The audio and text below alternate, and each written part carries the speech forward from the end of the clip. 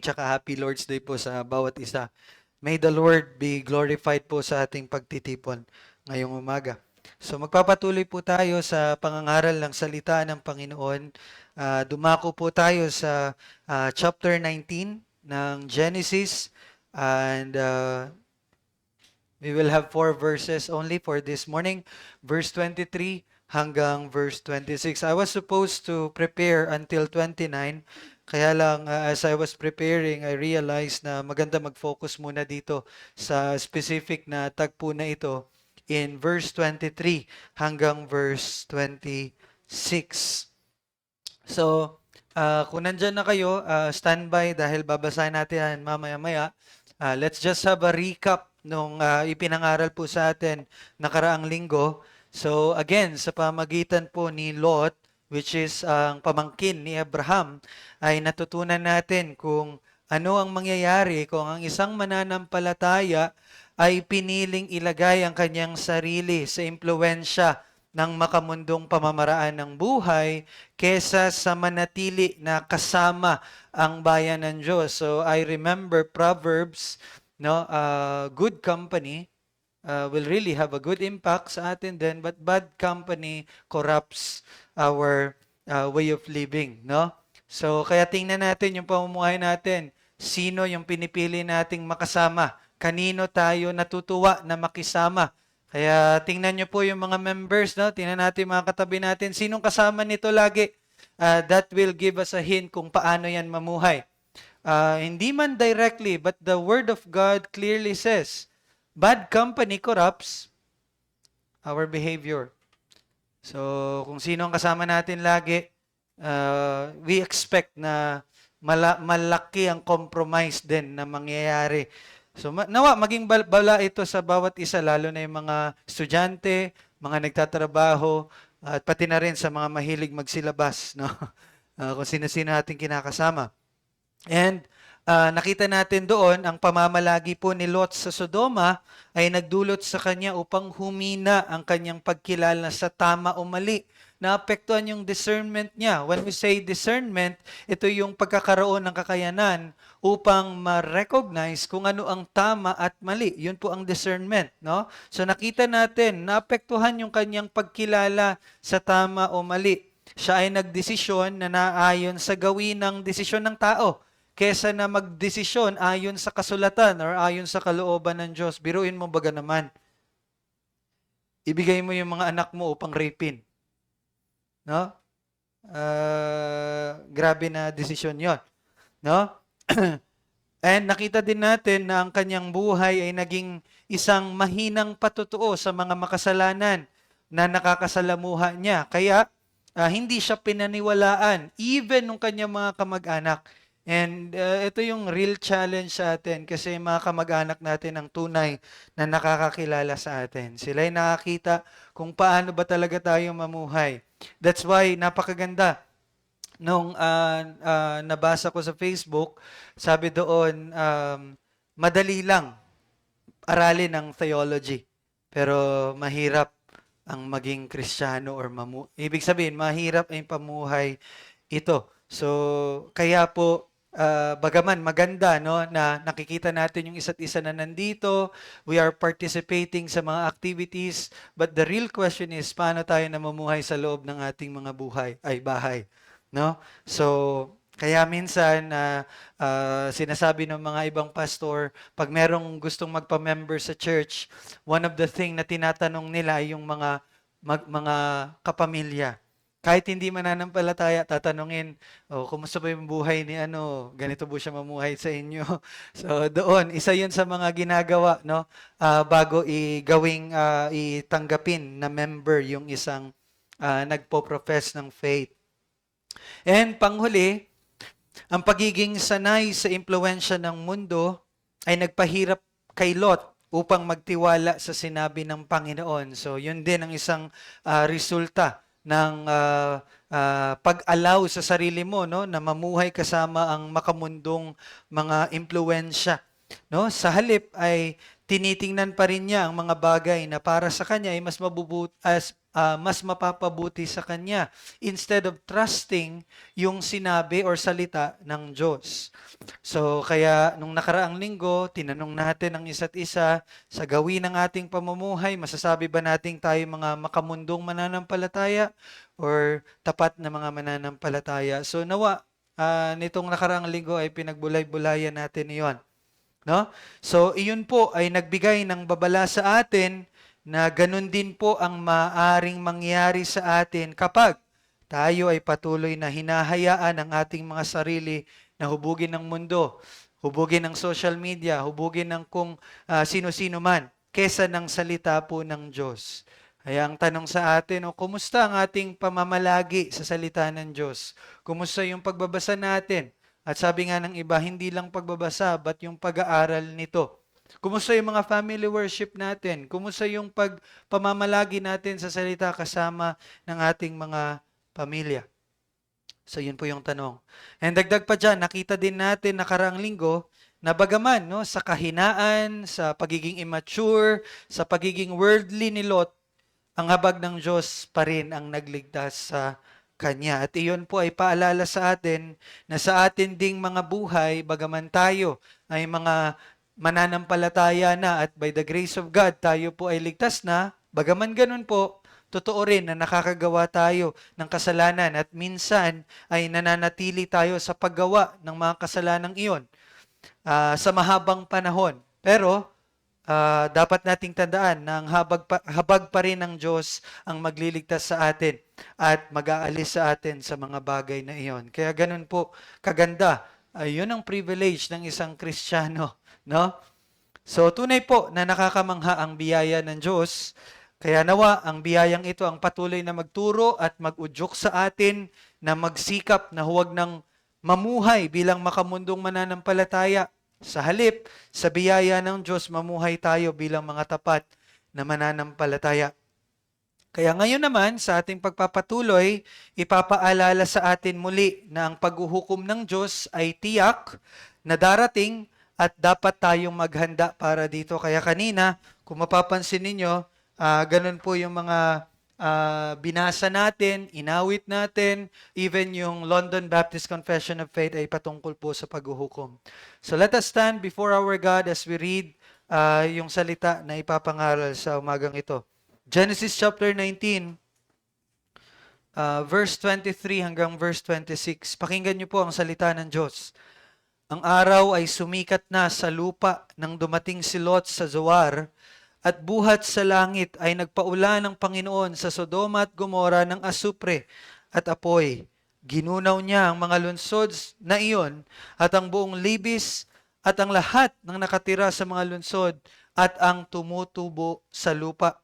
Subalit, ang asawa ni Lot ay lumingon sa likuran niya at siya ay naging haliging asin. Let us pray. Patuloy namin hiningi, Panginoon, ang kaunawaan ng katotohanan ng iyong paghuhukom. At hiningi namin, Panginoon, na magkaroon kami ng makadiyos na pagkatakot at pagsisisi na siyang magdudulot sa amin na tunay na talikuran ng mga kasalanan at huwag nang lumingon sa aming mga nakaraan, but magpatuloy sa landas na iyong ibinigay sa pamagitan ng Panginoong Jesus. Panalangin ko po, Panginoon, na ito'y araw ng pagsisisi ng bawat isa at patuloy na pagpalakas ng paglakad na sa katuwiran at ayon po sa iyong salita. Kami panalangin sa pangalan ni Jesus. Amen.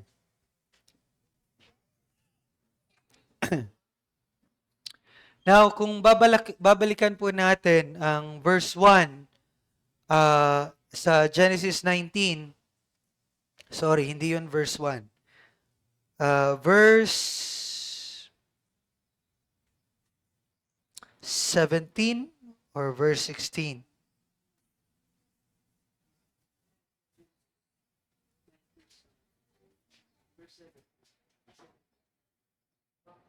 Okay, teka po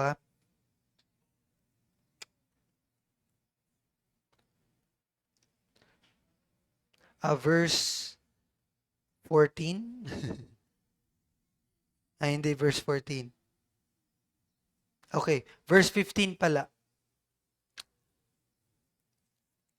Ah, hindi. Tama po. Verse 1.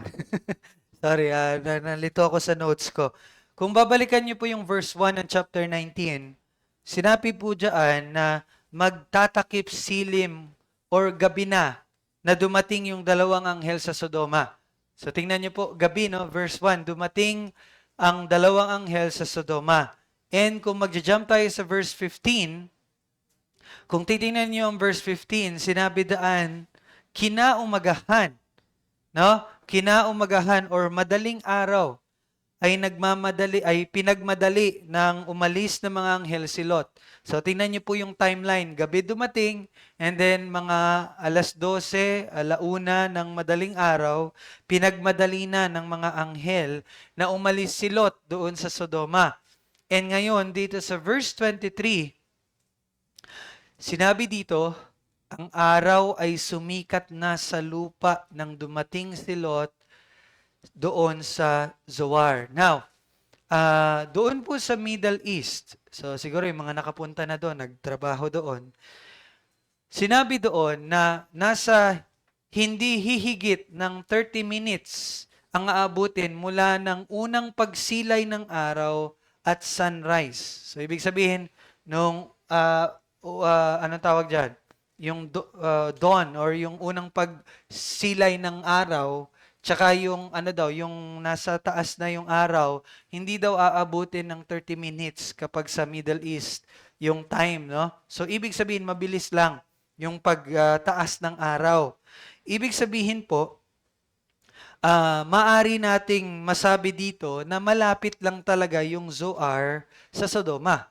Kasi 'di ba, yung araw na doon na dumating si Lot and umalis siya doon, magtatakip silim or yung madaling araw. So, doon natin makita na malapit lang pala talaga ang Zoar sa Sodoma. Now, in verse 24, dito ay sinabi, at buhat sa langit ay nagpaula ng Panginoon sa Sodoma at Gomora ng asupre at apoy.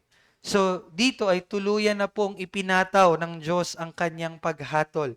So, dito nakita natin yung judgment ng Diyos. And in verse 25, ginunaw niya ang mga lunsod na iyon at ang buong libis at ang lahat ng mga nakatira sa mga lunsod at ang mga tumutubo sa lupa. So, what does it show us? Binura. Binura po ng Diyos ang Sodoma at Gomora. At upang mas ma-realize ninyo kung gaano kagrabe yung paghatol na ito, listen carefully. Alam niyo po ba na kahit na may humigit kumulang 4,100 years na ang lumipas mula noong nangyari ito. So, 4,100 years ang lumipas na po noong nangyari ito hanggang ngayon. Alam niyo po ba, hanggang ngayon, makikita pa rin po ang mga bakas ng pangyayaring ito na binabasa natin dahil meron pa rin mga deposit ng asupre at aspalto na makikita sa lugar na iyon. Kahit i-check natin ngayon, makikita pa rin natin yung pinaulan, yung deposit ng sulfur at ng asphalt. Until now, kahit na 4,100 years na ang lumipas. So I'm repeating this one upang mabigyan ng diin sa atin kung gaano po kagrabe ang paghatol na ito. Imagine, no? Tagal na lumipas, nandun pa rin yung bakas. Dagdag pa dyan, mababasa natin sa maraming bahagi po ng Biblia na ginagamit po ang nangyari dito sa Sodoma at Gomora bilang paalala ng matuwid at kakilakilabot na hatol ng Diyos. So if you will read the Bible, you will always see kapag po nagbibigay ng warning about sa judgment, ang ginagamit nilang example ay itong nangyari sa Sodoma at Gomora. No? Kahit po ang Panginoong Jesus ay binanggit ito. Kung gayon, ito po ay paalala pa rin sa bawat isa sa atin. Dahil gaya ng mga tao sa Sodoma at Gomora, tayo po ay mga makasalanan, no? Na nararapat ng banal na paghatol ng Diyos. Wag na wag po nating kakalimutan iyon. Ang lahat ng ating mga gawa ay hindi po katanggap-tanggap sa Diyos dahil lahat ng ito ay may bahid po ng kasalanan. Kahit na gumagawa tayo ng mabuti. No? Kaya po kailangan natin ang ganap na pagpapawalang sala na ang Diyos lamang po ang makakagawa. At tunay na ginawa ito ng Diyos sa pamagitan ng pagbigay ng kanyang bugtong na anak. At yun po ay ang Panginoong Hesukristo. At paulit-ulit na natin itong naririnig. Paulit-ulit na sinasabi at tinuturo sa atin na sa pamagitan ng Panginoong Hesus lamang tayo maliligtas sa paghuhukom ng Diyos. Kaya po linggo-linggo ay hinihikayat tayo na manampalataya sa Kanya. Ngunit, maaari na may iilan pa rin sa atin ang hindi naunawaan ang Kanyang labis na pagkakasala sa Diyos. At kung kaya, ay hindi nananampalataya sa Panginoong Hesus. O kaya, nagkukunwari, nananampalataya sa Panginoong Hesus. Pero nawa ay wala po iyon sa atin. Pero kung meron man, ang kasunod na talata ay magiging paalala sa atin. Anong sinabi sa verse 26? Subalit ang asawa ni Lot ay lumingon sa likuran niya at siya ay naging haliging asin. Ang pinakaunang dahilan na maaari po nating masabi bakit nangyari ito sa asawa ni Lot ay dahil sinuway niya po ang sinabi ng anghel. Ano ba sinabi ng anghel? Kung titingnan natin ang verse 17, sinabi ng anghel, tumakas sila alang-alang sa kanilang buhay at huwag lilingon o humintuman sapagat kung hindi, sila ay mamamatay. So ito po yung naging instruction ng anghel sa kanila. Kaya ito yung pinaka-immediate na dahilan na pwede nating masabi bakit naging haliging asin na lang ang asawa ni Lot. Pero, maaring matanong natin, ano naman ang mali kung lumingon at tiningnan lang ng asawa ni Lot ang nangyayari sa Sodoma at Gomora, di ba? Hindi ka ba maku-curious paano ginagawa? Ano nangyayari? Di ba? Siguro lahat tayo lilingon, no? Bawal ba 'yon? Bawal bang lumingon? Bawal bang tingnan 'yon? Well, this is a valid question. Pero ang Biblia po ay may sagot para dito. And I want you to open your Bible in Luke 17, yung binasa po natin kanina. Luke chapter 17.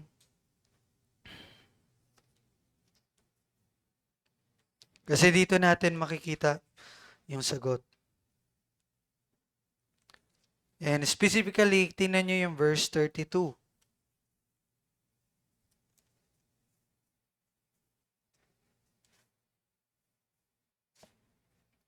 Sabi dito sa verse 32, alalahanin ninyo ang asawa ni Lot.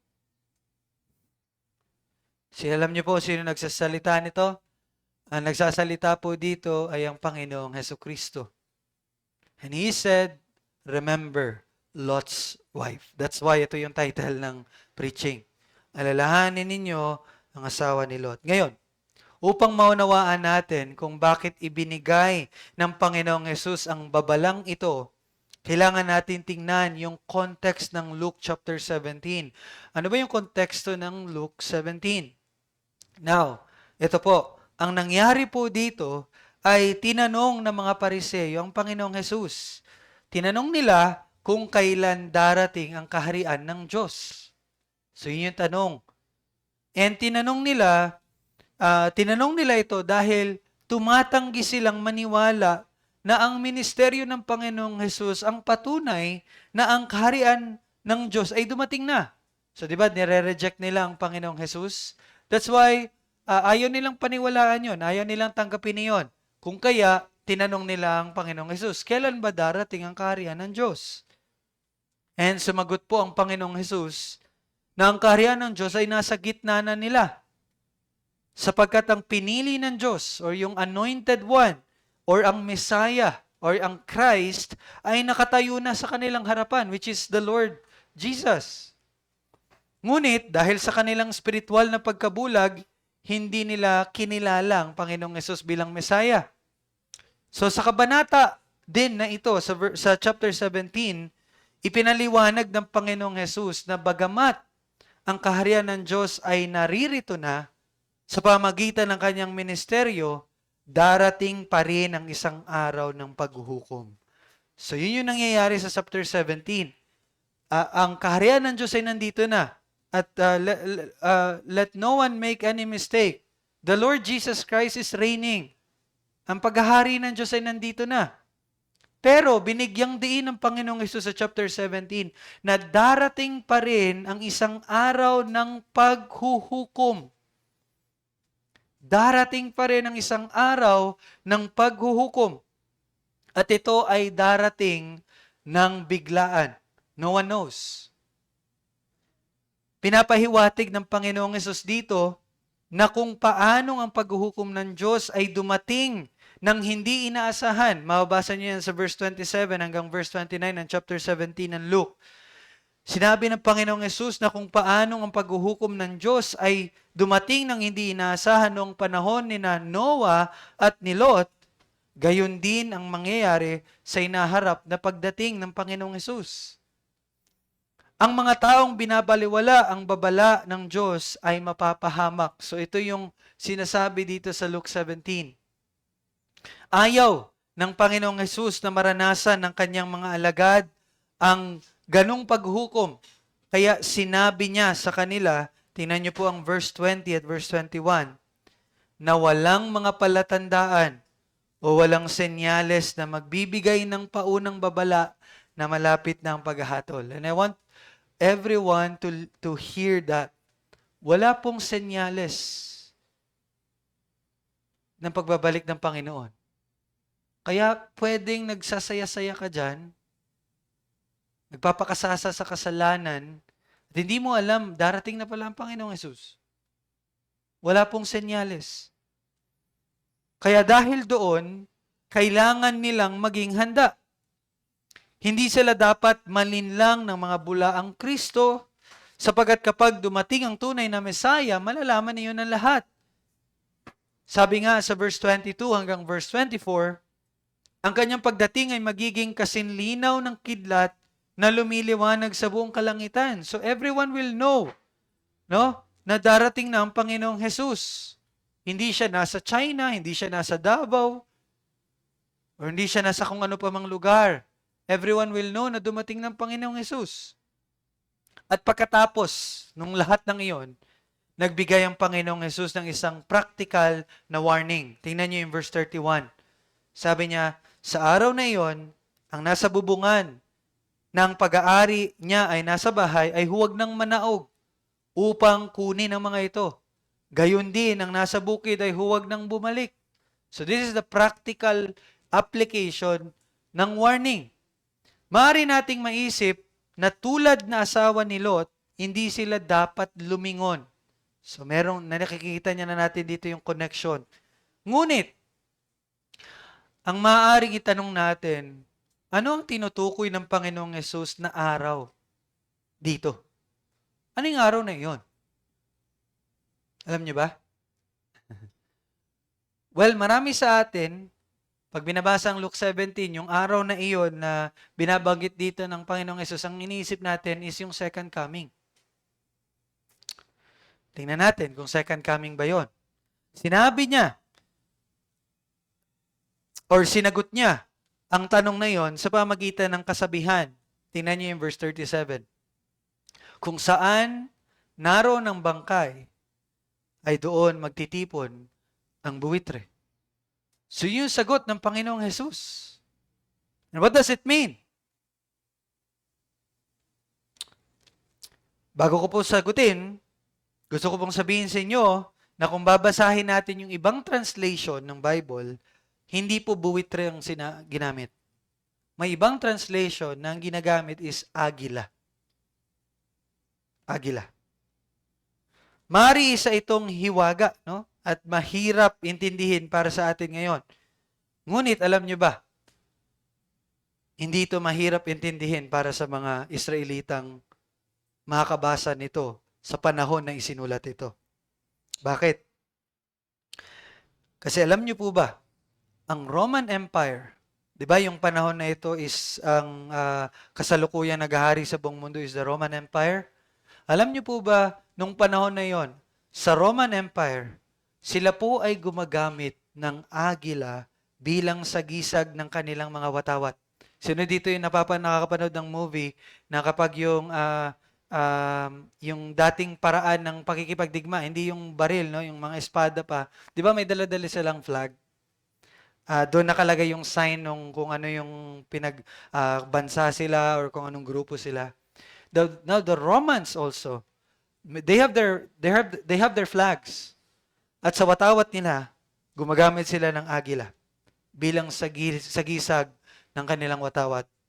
Dahil dito, marami pong mga scholars and theologians na naniniwala na ang tinutukoy ng Panginoong Hesus dito sa verse 37 or sa chapter 17 ay ang nalalapit na pagkawasak ng Jerusalem.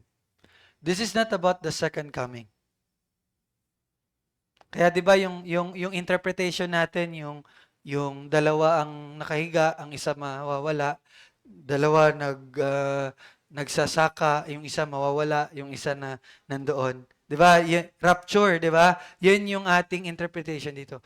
But kung titingnan natin in historical sense, ito po ay hindi patungkol sa second coming or rapture, but ito ay patungkol sa pagkawasak ng Jerusalem. Ibig sabihin, this is about judgment ng Diyos sa Jerusalem. And you know what? Nangyari po iyon. Kailan?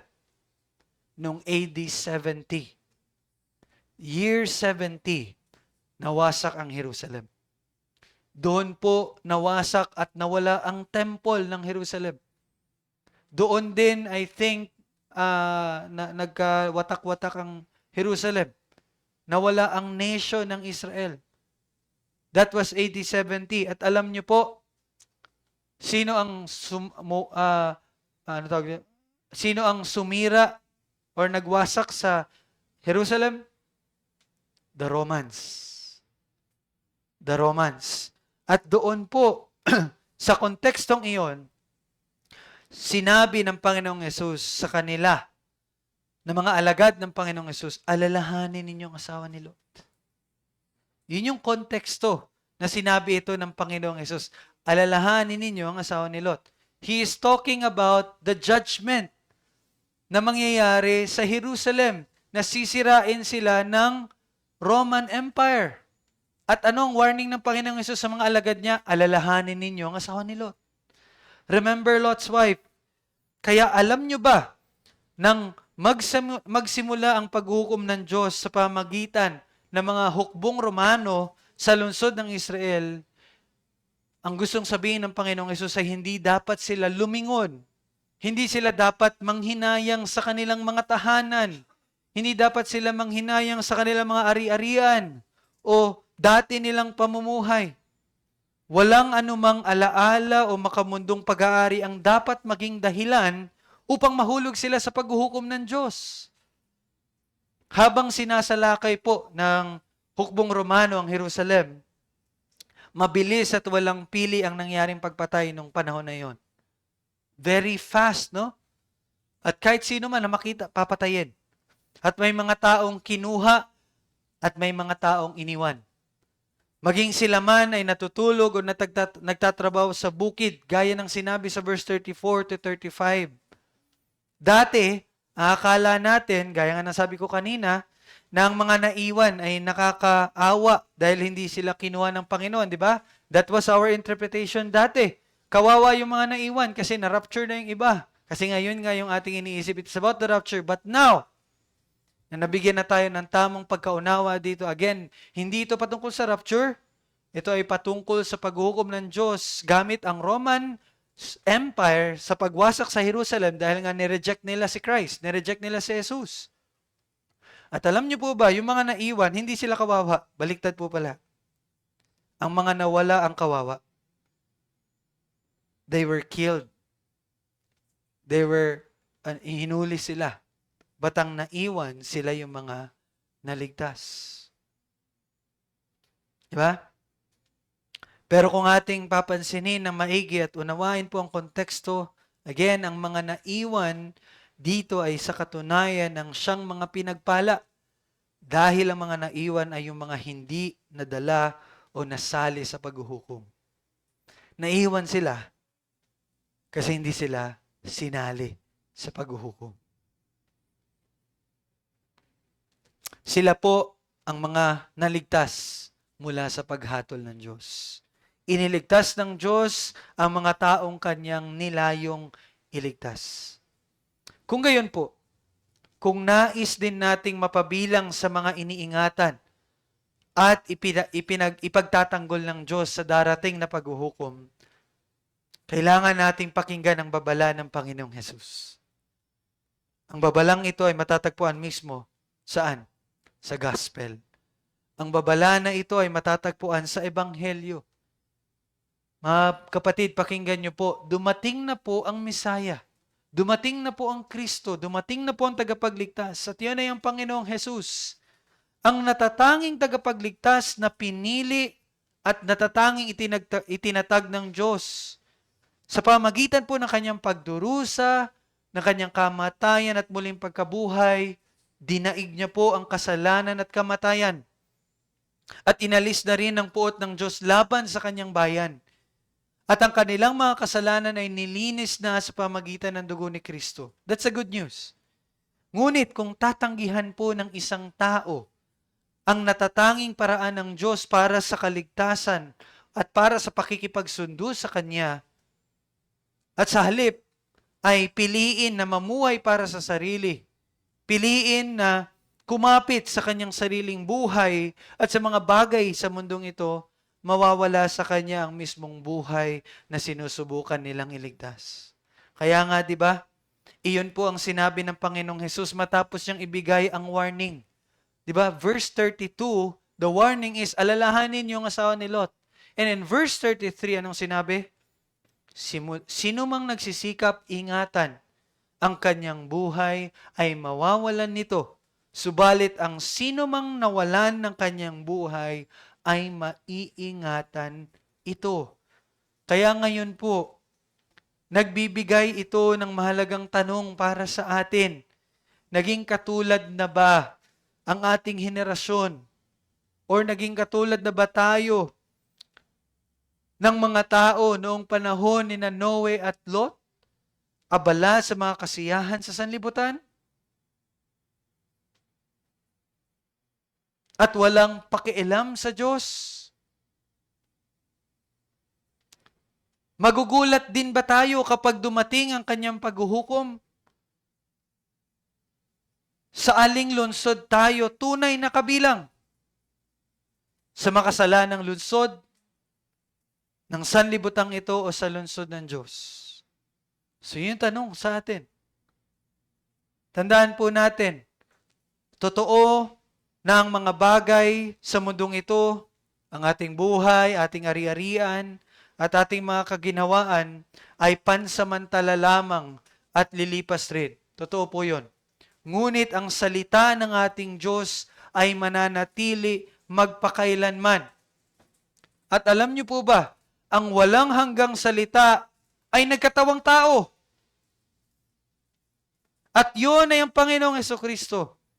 At sa pamagitan ng kanyang banal na Espiritu ay pinalalakas niya ang bawat mananampalataya upang manatiling tapat hanggang sa dulo. Binibigyan din niya sila ng kakayahang maging handa anumang oras na siya ay bumalik. Yun po ang gawa ng Espiritu Santo. Kaya nananatiling may bisa ang babala ng Panginoong Hesus hanggang sa ating kasalukuyang panahon. At ano ang babala? Alalahanin ninyo ang asawa ni Lot. Remember, Lot's wife. Kaya po sa pagtatapos, ang talatang binasa natin ay nagbibigay ng dalawang babala sa atin. Una, ang paghuhukom ng Diyos ay tunay na darating sa lahat ng mga makasalanan. Pangalawa, bago yan, biyaya ng Diyos na binigay niya ang tanging paraan upang makaligtas mula sa paghuhukom niya. At iyon ay sa pamagitan lamang ng Panginoong Hesus. Ngunit, Ang pangalawang babala ay para sa mga patuloy na nagsasawalang bahala sa magandang balita na ito. Dahil sa patuloy na pagkahumaling sa mundo at kasalanan. Kaya po ang babala ay alalahanin ninyo ang asawa ni Lot. Ang sino mang patuloy pa ring iniibig at pinapahalagahan ng dating makasalanang buhay sa halip na tumalikod dito, magsisi at manampalataya sa Panginoong Yesus ay mapapahamak at matatanggap ang hatol ng Diyos katulad na nangyari sa asawa ni Lot. Lahat ba tayo magiging asin? Kaya hingin natin sa Panginoon na buhayin muli tayo at baguhin ang ating puso at magkaroon ng pagnanais na sa gayon ay makita natin ang Panginoong Yesus na siyang natatangi at higit na kasiya-siya kesa sa mga bagay na matatamasa natin sa mundong ito. Is that part of your prayer po? Parte ba yun ng iyong panalangin? That your desire will be Christ more and more? Parte ba yun ng iyong panalangin na hindi na ang mga makamundong bagay ang ating nanaisin? Huwag na nating pahalagahan ang mga bagay na magdadala sa atin sa kapahamakan, mga kapatid. Huwag na nating iligtas ang ating mga makamundong buhay dahil kapag ginawa natin iyon, mawawala sa atin ang tunay na buhay. Sa halip, itapon natin ang buhay dito upang makamit natin ang tunay na buhay sa kawalang hanggan. I'm not saying na ang kaligtasan ay mawawala, but what I'm challenging each one of you is, have you truly put your faith in the Lord Jesus Christ? See, because it is either you are or you aren't. Hindi ito about sa patigasan, pagalingan na mag-endure para manatiling kaligtasan because ang kaligtasan po ay kailanman hindi mawawala. Kaya hindi ito patungkol sa kung nag-e-endure ka ba para makip mo yung salvation. Hindi. But ang tanong is, totoo ka ba o hindi? That's the question. Totoo ka ba o hindi?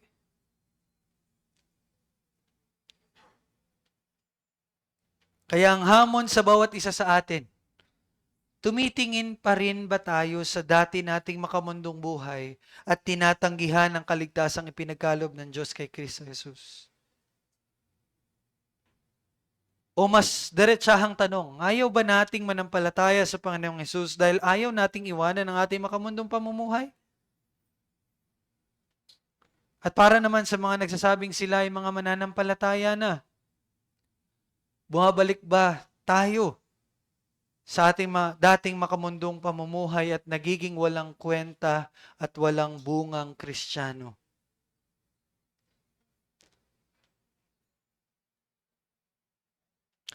Nakikita niyo po ba yun, mga kapatid? Ini-evaluate niyo ba yung mga sarili ninyo? Tinitingnan ba natin yung ating mga sarili? For the past 3, 4, 2 years, kumusta yung ating paglago? Now I'm talking to the professing believers po. Kumusta yung ating paglago? Oh, tingnan natin. Lumalago ba tayo or patuloy lang tayong gumagano sa dati nating pamumuhay? Tingnan natin yon. Tandaan niyo po ang sinabi ng Panginoong Yesus. Alalahanin ninyo ang asawa ni Lot. Sino mang ingatan ang kanyang buhay ay mawawalan nito. Subalit ang sino mang nawala ng kanyang buhay ay maingatan nito. Ito po ang salita ng Diyos. Makinig po ang may pandinig. Let us pray. Father in heaven, Lord, maraming salamat po sa iyong salita. Sa pagbibigay ng babala sa amin, tunay na ang iyong paghatol ay darating. At tunay din na ang araw na iyon ay darating. sa pagbabalik ng Panginoong Hesukristo.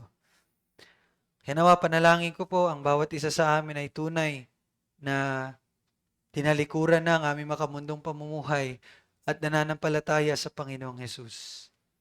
At panalangin ko po, Panginoon, na kung kami man ay nananampalataya na, nawa ay wag naming piliin na mamuhay ng gaya ng mga makamundo, na kami po ay nagiging walang kwenta at walang bungang Kristiyano. But I pray, O Lord, na sa biyaya mo, ang naisin namin ay maging mga kasangkapan mo sa mga bagay na Nobel. Magamit mo kami sa iyong ministeryo, sa paggawa ng iyong kalooban. Nawa ay yun po ang makita ng bawat isa at yun po ang hangarin ng bawat isa. Nawa ay lagi naming alalahanin ang asawa ni Lot at wag ingatan ang aming buhay upang ang tunay na buhay ay aming makamtan. Kami panalangin sa pangalan ni Jesus. Amen. Tayo po magsitayo at kunin po natin ang isang kopya doon, no? And we will sing one song.